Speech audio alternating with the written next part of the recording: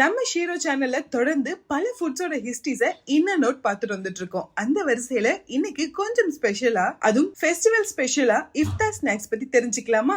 ரம்ஜான் நோன்பு தொடங்கிடுச்சு அப்படின்னாலே முஸ்லீம் ஃப்ரெண்ட்ஸை விட நாம எல்லாரும் தான் எப்படா அந்த நோன்பு கஞ்சியை குடிப்போம் அப்படின்னு பள்ளிவாசல் வாசல்லே வெயிட் பண்ணிட்டு இருப்போம். அந்த அளவுக்கு நோன்பு கஞ்சி மேல நம்ம எல்லாருக்குமே ஒரு கிரேஸ் இருக்கு. இந்த நோன்பு கஞ்சிக்கும் ரம்ஜான் நோன்புக்கும் எப்படி கனெக்ஷன் வந்துச்சு? ரம்ஜான் நோன்பு கஞ்சி அப்படிங்கிறது தமிழ்நாட்டுக்கு மட்டும் சொந்தமானது அப்படிங்கிற இந்த விஷயம் உங்களுக்கு தெரியுமா? எப்படி நோன்பு கஞ்சி இப்படி ஒரு யூனிக்கான டிஷ்ஷா மாறுச்சு அப்படிங்கிற ஒரு சுவாரஸ்யமான ஹிஸ்டரியை தான் இன்னைக்கு நம்ம பார்க்க போறோம். பிறை பார்த்து தொடங்கக்கூடிய ரம்ஜான் நோன்பு பிறை பார்த்து தான் முடியும் அப்படிங்கிறது நம்ம எல்லாருக்குமே தெரியும். அதுக்கப்புறமா வர ரம்ஜான் பண்டிகையில நம்ம ஃப்ரெண்ட்ஸ் கிட்ட பிரியாணி குடுடா அப்படின்னு சொல்லி டார்ச்சர் பண்றது ஒரு பக்கம் இருக்கட்டும். ஆனா அந்த 30 நாள் நோன்புல எப்படியாவது ஒரு வேளையாவது அந்த நோன்பு கஞ்சியை குடிச்சே ஆகணும் அப்படின்னு வெறி கொண்டு எல்லாருமே காத்துட்டு இருப்போம். காலையில சூரியன் உதயம் ஆகிறதுக்கு முன்னாடியே சகர் உணவை சாப்பிட்டு வாயில ஒரு சொட்டு தண்ணி கூட படாம ஒரு நாள் முழுக்க நோன்பு எடுக்கக்கூடிய இஸ்லாமிய சகோதரர்கள் ஈவினிங்கா சூரியன் வாங்கினதுக்கு அப்புறமா அவங்களோட முதல் உணவை எடுத்துப்பாங்க. அந்த நோன்பு முடிச்சு சாப்பிடக்கூடிய உணவுக்கு இஃப்தார் அப்படின்னு பேரு. இஃப்தார் விருந்து அப்படிங்கிறது உலகம் முழுக்க பல இடங்கள்ல பல வகைகள்ல கடைபிடிக்கப்படுது.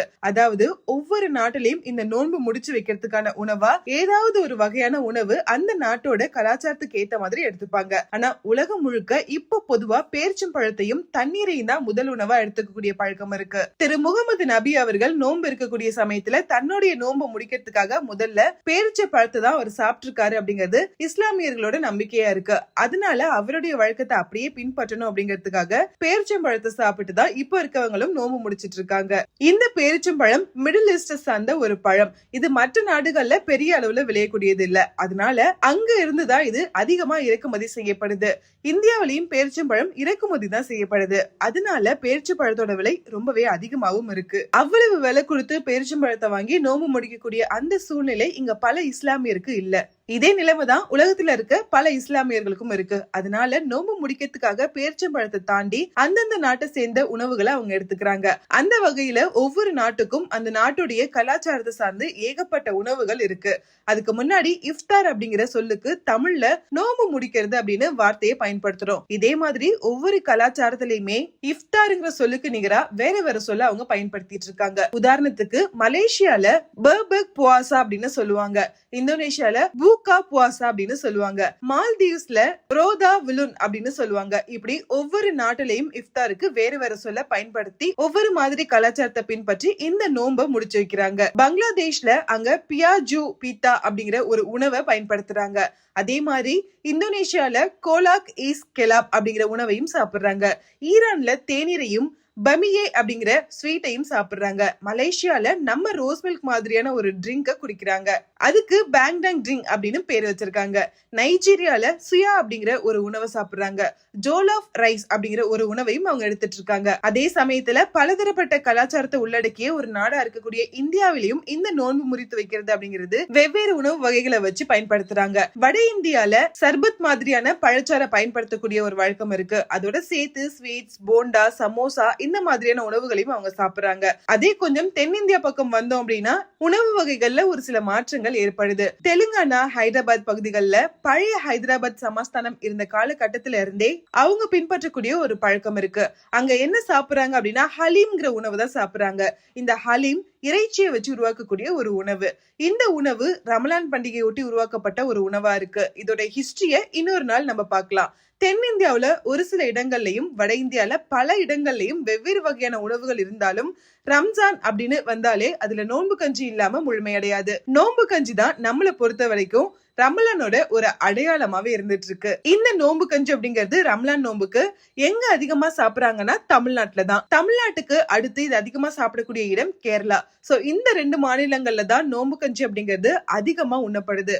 மற்ற சதர்ன் ஸ்டேட்ஸ்ல கூட இந்த நோன்பு கஞ்சிய சாப்பிடக்கூடிய வழக்கம் இருக்கு அப்படின்னாலுமே இந்த 2 மாநிலங்கள்ல இருக்கிற அளவுக்கு அங்க எண்ணிக்கை ரொம்பவே குறைவுதான். இதுல ஒரு விஷயம் தெளிவா புரிஞ்சுக்கணும். நிறைய பேரு நோன்பு எடுக்கிறாங்க. அந்த நோன்பு முடிஞ்சதுக்கு அப்புறமா நோன்பு கஞ்சியை சாப்பிட்டுட்டு அதோட நோன்பு முடிச்சிருவாங்க அப்படின்னு நினைச்சுப்பாங்க. ஆனா அது கிடையாது. நோன்பு கஞ்சி அப்படிங்கிறது அந்த நோன்பு முடிஞ்சிருச்சு அப்படிங்கறத குறிக்கக்கூடிய ஒரு விதமா சாப்பிடக்கூடிய ஒரு உணவு. காலையில இருந்து எதுவுமே சாப்பிடாம இந்த மாதிரி ஏதாவது ஸ்டார்டர் உணவோட நோன்பு நிறைவு செய்வாங்க. அதுக்கு அப்புறமா அது ஒரு பெரிய ஃபீஸ்டாவே மாறும். நோன்பு முடிச்சாச்சு அப்படின்னு சொல்லி நல்ல அருமையான உணவுகளை எடுத்து சாப்பிடுவாங்க. இப்படி நோன்பு நிறைவு செஞ்சதுக்கு அப்புறமா சாப்பிடறதுக்கு தேவையான உணவுகளை விற்பனை செய்வதற்குனே ஒரு பெரிய மார்க்கெட்டே இருக்கு. பல இடங்கள்ல இதுக்குன்னே ஸ்பெசிபிக்கா தனியா ஒரு மார்க்கெட் வச்சிருக்காங்க. இந்த நோன்பு முடிச்சுட்டு வரக்கூடிய இஸ்லாமிய சகோதரர்கள் சாப்பிடுறதுக்காகவே வித்தியாசமான உணவுகளை வாரி வழங்கக்கூடிய கடைகள் எக்கச்சக்கமா இருக்கு. இதுக்குன்னே பெரிய ஏரியாவே உருவாக்குற அளவுக்கு இஃப்தாருக்கான மார்க்கெட் பெருசு. கோயம்புத்தூர் கோட்டைமேடு பக்கம் போனா அங்க கிடைக்கக்கூடிய உணவு அவ்வளவு சுவையா இருக்கும். அங்க கிடைக்கக்கூடிய கைமா கஞ்சி, வடை, மசாலா முட்டை போண்டா, சோயாபீன்ஸை வறுத்து தரக்கூடிய டிஷ், இப்படி ஏகப்பட்ட வெரைட்டில வித்தியாசமான உணவுகள் கிடைக்கும். அதோட டேஸ்டுமே வேற லெவல்ல இருக்கும். ஏன் சென்னையில மண்ணடி பக்கம் போனா இந்த இஃப்தார் விருந்துக்காகவே ஸ்பெஷலா டிஷ் அவ்வளவு வெரைட்டிஸ்ல ஸ்டால்ஸ் எக்கச்சக்கமா இருக்கும். இஸ்லாமிய நண்பர்கள்னு மட்டும் இல்லாம நம்ம கூட எக்கச்சக்கமா வெட்டுன்னு வெட்டலாம். அதே மாதிரி ஒவ்வொரு ஹோட்டல்ஸ்லயுமே இஃப்தார் பாக்ஸஸ் அப்படின்னு சொல்லி ஒரு பாக்ஸ சேல் பண்ணுவாங்க. இந்த மாதிரியான இஃப்தார் பஜார்ஸ் உலகம் முழுக்க இருக்கு. உலகத்திலேயே ரொம்ப ஃபேமஸான இஃப்தார் பஜார் எங்க இருக்குன்னா டாக்கர்ல இருக்கு. டாக்கர்ல இந்த ரமலான் நோன்பு டைம்ல கிடைக்கக்கூடிய வெரைட்டியான உணவுக்கு பெரும் கூட்டமே வரும். அந்த அளவுக்கு அந்த மார்க்கெட் ரொம்ப ஃபேமஸான ஒண்ணு. இப்படி வித்தியாசமான உணவுகள் இருந்தாலும் தமிழ்நாட்டுல மட்டும்தான் நோம்பு கஞ்சி அப்படிங்கிறது பெருவாரியா வழங்கப்படுது. அதுலயும் குறிப்பா பள்ளிவாசல்கள்ல இந்த நோம்பு கஞ்சி தயாரிக்கப்பட்டு அங்க வரக்கூடிய இஸ்லாமியர்களுக்கு மட்டும் இல்லாம மற்ற மதத்தை சார்ந்தவங்களுக்கும் கூட இந்த நோம்பு கஞ்சி அன்போட பகிர்வாங்க. அதுலயும் கர்ப்பிணி பெண்கள், குழந்தைகள்லாம் வந்தாங்க அப்படின்னா எக்ஸ்ட்ராவே கொடுப்பாங்க. அந்த அளவுக்கு அன்பை பரிமாறக்கூடிய ஒரு நிகழ்வா அந்த நோம்பு கஞ்சி தரக்கூடிய நிகழ்வு இருக்கும். சரி, ஏன் தமிழ்நாட்டுல மட்டும் இந்த நோம்பு கஞ்சி தரப்படுது, மற்ற நாடுகள் எல்லாம் இது இல்ல? தமிழ்நாட்டுல எப்படி இந்த நோம்பு கஞ்சி வந்துச்சு அப்படின்னு நம்ம தேடி பார்த்தோம்னா தமிழர்களுக்கும் கஞ்சிக்கும் இருக்கக்கூடிய நெருக்கமான தொடர்பு நமக்கு புரிய வரும். கஞ்சி அப்படிங்கிறது தமிழர்களோட அடிப்படை உணவா, அவர்களுடைய அடையாளமா இருக்கக்கூடிய ஒண்ணு. அதனாலதான் தமிழர்கள் எங்கெல்லாம் போய் வணிகம் செஞ்சாங்களோ அங்கெல்லாம் இந்த கஞ்சி உணவு ஏதோ ஒரு ஃபார்ம்ல அங்க பயன்பாட்டுக்கு வர ஆரம்பிச்சது. தமிழ்நாட்டுல நம்ம கஞ்சி வெவ்வேறு வகையில சாப்பிடுவோம். ரசம் மாதிரி கஞ்சியா வச்சு சாப்பிடுவோம், பூண்டு கஞ்சின்னு சாப்பிடுவோம், அதே மாதிரி அரிசியை வறுத்தெடுத்து நல்லா குழைய வச்சு நோய் கஞ்சின்னு சாப்பிடுவோம். இப்படி கஞ்சியை வெரைட்டியா சாப்பிடக்கூடியவர்கள் தமிழர்கள். இதே மாதிரியான ஏதோ ஒரு வகையான கஞ்சி தமிழர்கள் பயணிச்ச எல்லா நாடுகள்லயுமே இருக்கும். அதுலயும் கீழ் திசை நாடுகள்ல அதிகமா இந்த கஞ்சி புழக்கத்துல இருக்கு. சீனாவிலையும் கொரியாவிலையும் இந்த கஞ்சிக்கு பேரே கஞ்சி தான். அவங்க மொழியிலயுமே அதுக்கு கஞ்சின்னு பேர் வச்சுதான் இப்ப வரைக்கும் சாப்பிட்டுட்டு இருக்காங்க. தமிழர்களுக்கும் கஞ்சிக்குமான தொடர்பு ரொம்ப பழங்காலத்துல இருந்தே இருந்துட்டு இருக்கு. சங்க கால பாடல்கள்ல இருந்து கூட அதற்கான குறிப்பு கூட நமக்கு கிடைக்குது. பெருஞ்சோறு அப்படிங்கிற ஒரு விருந்து கஞ்சி சோற ஒருத்தருக்கு ஒருத்தர் பரிமாறுறத குறிக்கக்கூடிய ஒன்னா இருக்கு. இந்த பெருஞ்சோறுனா போர்க்களத்துல ஒரு வீரன் மிக சிறப்பா செயல்பட்டு வெற்றியை வாங்கி வந்துட்டான் அப்படின்னா எங்க நாட்டுக்கு வெற்றி வாங்கி தந்த வீரன்டா அப்படின்னு அந்த வீரரை பெருமைப்படுத்துற விதமா அரசன் அவரை சரிசமமா உட்கார வச்சு விருந்து கொடுக்க கூடியதா பெருஞ்சோறு விருந்து அப்படின்னு சொல்லுவாங்க. இத வஞ்சி திணையோட புறப்பொருளா குறிப்பிடுவாங்க. அதனாலதான் இதுக்கு பெருஞ்சோற்று வஞ்சி அப்படின்னு ஒரு பேரு. இந்த பெருஞ்சோற்று விருந்து பற்றின குறிப்புகள் புறநானூறு பாடல்கள்ல இருந்தெல்லாம் கூட கிடைக்குது. உதாரணத்துக்கு முரஞ்சியூர் முடி நாகரையர் என ஒரு புலவர் சேர மன்னன் உதயன் சேரலாதனை பத்தி ஒரு பாடல ஒண்ணு இருக்கு. அந்த பாட்டுல அவர் அந்த மன்னனை எப்படி பார்த்து புகழ்றாரு அப்படின்னா, பாரத போர்ல பாண்டவர்களுடைய படைகளுக்கும் கௌரவர்களுடைய படைகளுக்கும் டெய்லி இந்த பெருஞ்சோற்று விருந்து கொடுத்த பெரும் வள்ளல் நீ அப்படின்னு சொல்லி பாடுறாரு. அதாவது அத்தனை பேருக்கும் சோறு போடுற அளவுக்கு பெரும் செல்வம் படைத்த மன்னன் நீ அப்படின்னு புகழ்றாரு. அதுலயே இந்த பெருஞ்சோற்று குறிப்பு கிடைக்குது. இதே மாதிரி இன்னும் ஒரு சில புறநானூறு பாடல்கள்லயும் இந்த குறிப்பு இருக்கு. 10 பாடல்களையும் கூட குறிப்புகள் இருக்கு. இந்த பெருஞ்சோற்று விருந்துல வீரர்களுக்கு மத்தியில பரிமாறப்பட்ட உணவுகளை கஞ்சி சோறுன்னு தான் சொல்றாங்க. அந்த பழக்கம் இன்னைக்கு வரைக்கும் இருக்கு. போர்க்களம்னு கிடையாது. எதுனா ஒரு பெரிய டிசாஸ்டர் வந்துருச்சு அப்படின்னாலே, ரொம்ப பெரிய அளவுக்கான பாதிப்பு வந்துருச்சு, மக்கள் பசி பட்னியோட இருக்காங்க அப்படின்னா உடனே கஞ்சி தொட்டியை தான் திறப்பாங்க. இந்த கஞ்சி தொட்டியை ஏன் திறக்கிறாங்க அப்படின்னா இமீடியட்டா மக்களுக்கு ஒரு சத்து கொண்டு போய் சேர்க்கும். ஒண்ணுமே சாப்பிடாம இருக்கிறவனுக்கு இந்த கஞ்சியை சாப்பிட்டா டக்குன்னு ஒரு எனர்ஜி பூஸ்டர் மாதிரி இருக்கும். அதனாலதான் கஞ்சி தொட்டியை திறக்கிறாங்க. இப்படி கஞ்சிங்கிறது நம்ம வாழ்வியல்ல ஒன்னா கலந்து இந்த கஞ்சியை கடவுளுக்கு படைக்கக்கூடிய வழக்கமும் தமிழர்களுக்கு தொன்று தொட்டு இருக்கு. இன்னைக்கு கூட கிராமிய கோவில்களுக்கு போனா அங்க அம்மனுக்கு கூழ் ஊத்துவாங்க. அந்த கூழ் கஞ்சியோட இன்னொரு வடிவம் தான். திணையை நல்லா கஞ்சி ஆக்கி சாப்பிடுறதுதான் நம்ம கூழ்னு சொல்லி குடிச்சிட்டு இருக்கோம். தமிழர்களோட வாழ்வியல்ல ஒன்னா கலந்துட்ட கஞ்சி அவர்கள் மதம் மாறினதுக்கு அப்புறமும் அவங்களோட சேர்ந்து இன்னொரு மதத்துக்கும் டிராவல் பண்ணுச்சு. ஆமா, இஸ்லாம் மதத்துக்கு தமிழர்கள் மாற ஆரம்பிச்சதுக்கு அப்புறம் அவங்க நோன்பை கடைபிடிக்க ஆரம்பிச்சாங்க. நோன்பை கடைபிடிக்க கூடிய சமயத்துல அதை நிறைவு செய்யறதுக்கு உணவு சாப்பிடணும்னு வந்தப்போ அவங்களுக்கு இயல்பாவே கஞ்சியை சாப்பிடணும் அப்படிங்கிற பழக்கம் வந்திருக்கு. ஆரம்பத்துல நம்ம எப்பவுமே சாப்பிடற மாதிரி சோற்று கஞ்சியும் ஒரு வெங்காயமும் இல்ல இல்ல ஒரு பச்சை மிளகாயும் கடிச்சிட்டு சாப்பிடக்கூடிய வழக்கத்துலதான் அவங்க இருந்தாங்க. இந்த வழக்கம் தான் பல இடங்கள்ல பரவி இருந்துச்சு. அதுக்கு அப்புறமா தான் கொஞ்சம் கொஞ்சமா இப்ப நம்ம சாப்பிடக்கூடிய கஞ்சி வடிவம் எடுத்திருக்கு. இது எப்படி உருவெடுத்துச்சு, அதுக்கான காரணம் என்ன, யார் அதை மாத்தினாங்க அப்படிங்கிறதுக்கான சரியான தரவுகள் இப்ப வரைக்கும் நமக்கு இல்ல. ஆனா ஒரு கதை மட்டும் சொல்லுவாங்க. தமிழ்நாட்டுல இருக்க கடையநல்லூர் அப்படிங்கிற ஊர்ல முகமது அலின்னு ஒருத்தர் இருந்தாரு. இவரு பர்மால ஒரு சின்ன ஹோட்டல் நடத்திட்டு இருந்தாரு. அந்த சமயத்துல பர்மால அதிகமான அளவுக்கு தமிழ் இஸ்லாமியர்கள் இருந்தாங்க. அவங்க நோன்பை கடைபிடிச்சு முடிக்கக்கூடிய இஃப்தார்ல அதிகமா கஞ்சி சோறு தான் சாப்பிடக்கூடிய வழக்கம் இருந்திருக்கு. அப்போதான் முகமது அலிக்கு ஒரு யோசனை வந்திருக்கு. காலையில இருந்து நம்ம ஒண்ணுமே சாப்பிடாம இருக்கோம், அதுல நம்ம குடல் சுருங்குறதுக்கு நிறைய வாய்ப்பு இருக்கு. அப்படிப்பட்ட சூழல்ல நம்ம ஒரு திக்கான கஞ்சியை சாப்பிடும் போது அது செரிமானம் ஆகிறதுக்கு பல சிக்கல்கள் இருக்கும். அதை சரி பண்றதுக்கு நல்லா கொதிக்க வச்சு மசிய வச்ச கஞ்சியா நம்ம உருவாக்கி ஏன் தரக்கூடாதுன்னு யோசிச்சாரு. நம்ம ஏற்கனவே பார்த்தோம்ல, இந்த இஃப்தாருக்காக உணவு தயாரிச்சு விற்பனை பண்ணுவாங்கன்னு. அதே மாதிரி இவர் இந்த கஞ்சியை உருவாக்கி அதை விற்பனை செய்ய ஆரம்பிச்சிருக்காரு. ஆரம்பத்துல அவர் விற்பனை செஞ்ச கஞ்சியை வாங்கி சாப்பிட்ட கஸ்டமர்ஸ் எல்லாருமே நிறைய குறை சொல்லிருக்காங்க. அதையெல்லாம் கேட்டு கொஞ்சம் கொஞ்சமா அந்த கஞ்சியை மெருகேத்திட்டே வந்திருக்காரு. புதுசு புதுசா டிஷஸ் அதுல சேர்த்துக்கிட்டே இருந்திருக்காரு. வெங்காயம் போட்டிருக்காரு, சீரகம் போல மசாலாவை சேர்த்திருக்காரு. இப்படி கொஞ்சம் கொஞ்சமா உருவாக்கி ஒரு நல்ல பதத்துக்கு அந்த கஞ்சி வந்திருக்கு. அப்படி அவர் உருவாக்குன அந்த நோம்பு கஞ்சி பயங்கர ஃபேமஸாவும் ஆக ஆரம்பிச்சிருக்கு. எல்லாரும் போட்டி போட்டு அந்த நோம்பு கஞ்சியை வாங்க ஆரம்பிச்சிருக்காங்க. அதுக்கு அப்புறமா இரண்டாம் உலக போர் தொடங்குச்சு. இரண்டாம் உலக போர் காலகட்டத்துல ஜப்பான் படை பர்மா மேல தாக்குதல் நடத்த ஆரம்பிச்சப்போ பர்மால இருந்த பல தமிழர்கள் பயந்து போய் மறுபடியும் தமிழ்நாட்டுக்கே ஓடி வரத்துக்கு முயற்சி எடுத்தாங்க. அது ஒரு பெரும் பயணம், பெரும் போராட்டம். அப்படி கஷ்டப்பட்டு போராடி தமிழ்நாட்டுக்கு வந்து சேர்ந்தாரு முகமது அலி. வந்து அவரோட சொந்த ஊரான கடையநல்லூருக்கு போறாரு. கடையநல்லூர்ல அங்க ஒரு சின்னதா தொழில் செஞ்சு நடத்திட்டு இருந்தப்போ ரமலான் நோன்பு தொடங்கிருக்கு. அப்போ ஏற்கனவே அவர் கஞ்சி உருவாக்குறாரு இல்லையா, அதே நோன்பு கஞ்சியை இங்கேயே நம்ம செய்யக்கூடாது அப்படின்னு செய்ய ஆரம்பிக்கிறாரு. அது கடையநல்லூர் முழுக்க ஃபேமஸ் ஆக ஆரம்பிக்குது. அங்க ஃபேமஸ் ஆனதுக்கு அப்புறமா கொஞ்சம் கொஞ்சமா தமிழ்நாடு முழுக்க எல்லா இடத்துக்கும் பரவிருச்சு அப்படின்னு இந்த கதையை சொல்லுவாங்க. ஆரம்பத்துல இறைச்சியை சேர்க்காம தான் நோன்பு கஞ்சி செய்யப்பட்டிருக்கு. வெறும் அரிசி, முருங்கைக்கீரை மாதிரியான காய்கறிகள், அதுக்கப்புறமா ஒரு சில மசாலா பொருட்கள் வச்சுதான் நோன்பு கஞ்சி உருவாக்க ஆரம்பிச்சிருக்காங்க.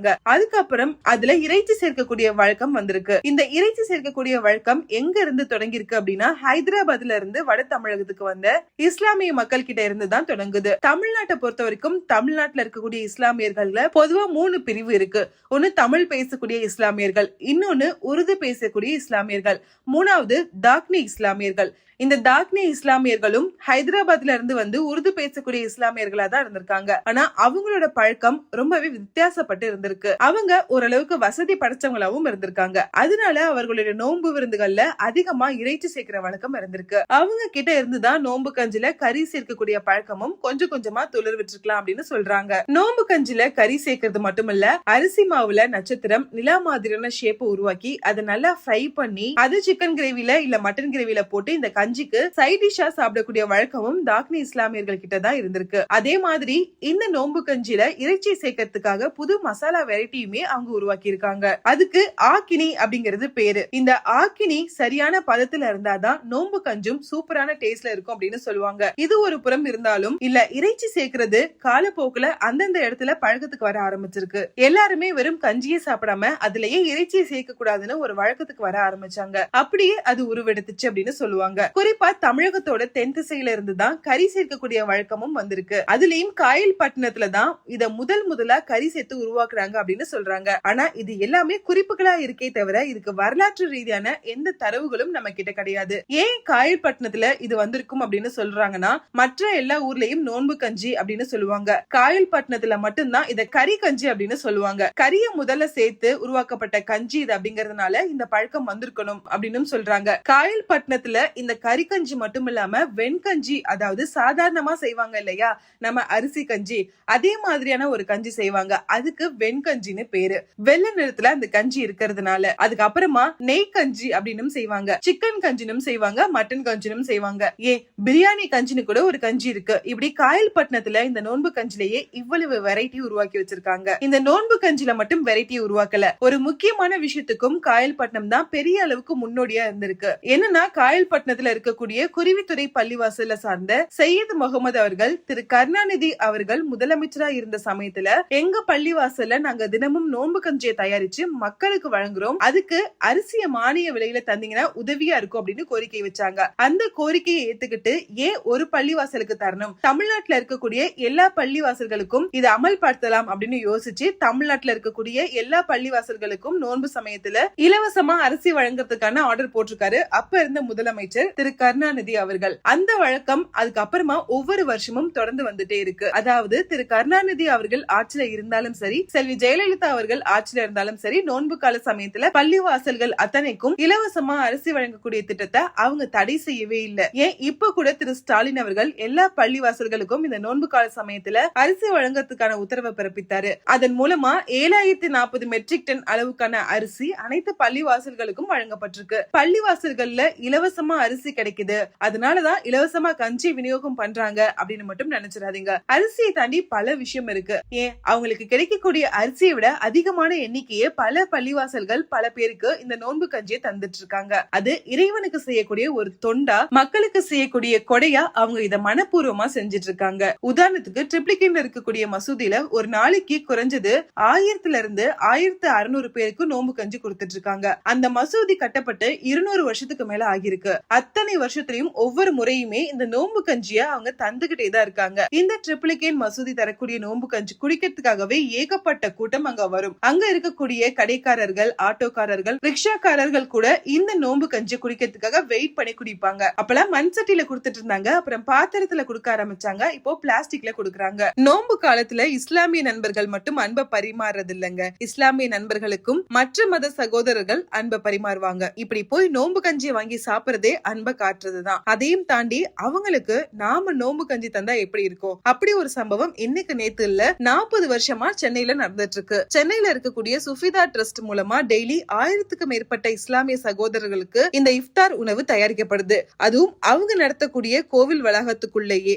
இந்த இஃப்தார் உணவை எடுத்துக்கிட்டு வாலஜால இருக்கக்கூடிய பெரிய மசூதிக்கு, அந்த இஃப்தார் உணவை வாலஜால இருக்கக்கூடிய பெரிய மசூதிக்கு எடுத்துட்டு போய் அங்க இருக்க இஸ்லாமிய சகோதரர்களுக்கு இந்த உணவை பரிமாறுறாங்க. இஃப்தார் உணவு மூலமா நட்பையும் அன்பையும் பரிமாறத்துக்கான பழக்கத்தை தாதா ரத்தங்சன் அப்படிங்கிற ஒருத்தர் 40 வருஷத்துக்கு முன்னாடி சென்னையில ஆரம்பிச்சு வச்சிருக்காரு. அவர் தான் இந்த சுஃபிதா ட்ரஸ்ட் அப்படிங்கறதையுமே ஆரம்பிச்சிருக்காரு. இந்த சுஃபிதா ட்ரஸ்ட் அப்படிங்கிறது சூஃபி முனிவரான ஷஹன்ஷா பாபா நெப்ரான் சாஹிப் அப்படிங்கிறவரோட நினைவா தொடங்கப்பட்டிருக்கு. எல்லா கடவுளும் ஒண்ணுதான், எல்லாருக்கும் ஒரே கடவுள் தான், இதுக்கு நடுவுல நாம ஏன் அடிச்சுக்கிட்டு சாகணும் அப்படின்னு சொன்னாரு எங்க குருஜி. அதுதான் நாங்க பின்பற்றுவோம்னு இந்த ட்ரஸ்ட்ல இருக்கிறவங்க சொல்றாங்க. இந்த உணவு தயாரிக்கிறவங்களோட பேரெல்லாம் கேட்டா கூட அவ்வளவு அழகா இருக்கும். ஒருத்தருடைய பேர் ராம்தேவ், இன்னொருத்தவரோட பேரு முருகன். இப்படி பல கடவுள்களுடைய பேரை தாங்கிதான் இவங்க இந்த உணவையை தயாரிச்சு இஸ்லாமிய சகோதரர்களுக்கு கொடுத்துட்டு இருக்காங்க.